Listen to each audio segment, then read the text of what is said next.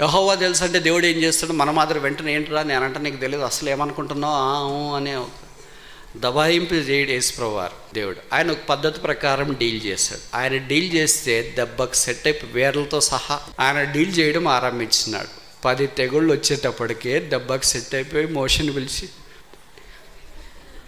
ఇప్పుడు చెప్పొచ్చు కదా, మీరు ప్రజలను తీసుకుని పోండి అన్నప్పుడు యెహోవా ఎవడని ఇప్పుడు కూడా ఒకసారి అనండి. ఇంకేమంటారా బాబు, తలలో ఏళ్ళు పెట్టుకుంటే పెయిన్లు వచ్చేసినాయి, నీళ్ళు తాగదామని పోతే రక్తం వచ్చింది, ఇంట్లో పడుకుందామని పోతే కప్పలు వచ్చేసినాయి, పోని బయట కూర్చుందామంటే చీకటి అయిపోయింది. ఏంటి 1, 2, 3, 10 తెగుళ్ళు వచ్చి ఒక్కసారిగా దాడి చేస్తే ఇప్పుడు చెప్పన్నా మరి యెహోవా ఎవడు? అర్థం కాలేదా? ఎవరు అర్థమైందా లేదా? కానీ నీకు తెలియకుండా యెహోవా ఎవరు, నేను నమ్మకుంటా, ఆయన నాకు తెలిస్తే కష్టము అని ఎక్కువ మాట్లాడొద్దు. ఎక్కువ మాట్లాడితే ఒకవేళ నువ్వు దేవుని చిత్తంలో ఉంటే దేవుడు నిన్ను డీల్ చేయడం స్టార్ట్ చేసినాడు అనుకో, నువ్వు డీల్ చేయడానికి స్టార్ట్ చేస్తే కష్టం. అంతదాకా రానేకూడదు. వద్దు ప్రభా, నువ్వు ఆడి ఎక్కడ ఉంటావు అక్కడే ఉండు, నువ్వు సిలువ మీదే ఉండు, నేనే సిలువ దగ్గరకు వచ్చేస్తా.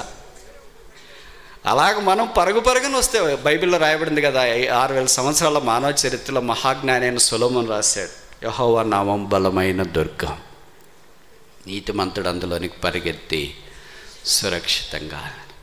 కనుక ఆయన దగ్గరికి నువ్వు పరిగెత్తుకొని వచ్చినప్పుడు నీకు సురక్షితంగా, ఆయనే నీ దగ్గరకు పరిగెత్తుకొని వచ్చాడు అనుకో, యెహోవా చేతిలో పడుట.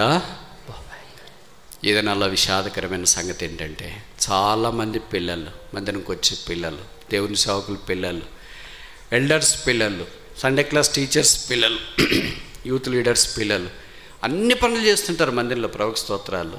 రక్షణ మాత్రం ఉండదు, బాప్తిస్మం మాత్రం తీసుకోరు, పాపక్షమాపణ మాత్రం ఉండదు, ఆరాధన చేయరు, ప్రార్థన చేయరు.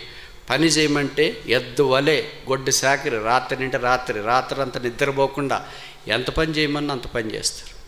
మనం పాతకాలంలో పద్ధతి పెట్టామనుకో, రక్షణ పొందితేనే నువ్వు పని చేయని, మళ్ళీ ఎందుకు ఆడంత వీధుల్లో తిరుగుతాడు, అదేదో ఇక్కడ అన్నారు, లేకపోతే బయటికి పోతే ఇంకా గాలిపటకమ్మ. కానీ అదే రక్షణ అనుకోవద్దు, అదే పరలోకానికి తీసుకెళ్తుంది అనుకోవద్దు. అది భక్తి, అది దేవుని మీద భయం కాదు. భక్తి వేరే, భయం వేరే. భక్తి అనేక మంది చేస్తున్నారు, క్రైస్తవేతరులు కూడా. అయితే నువ్వు యేసునందు విశ్వాసం ఉంచడం ద్వారా నీ జీవితం మార్చాలని ప్రభువు కోరుతున్నాడు. నిన్ను ప్రేమించిన రక్షకుడు నీకు వద్దా?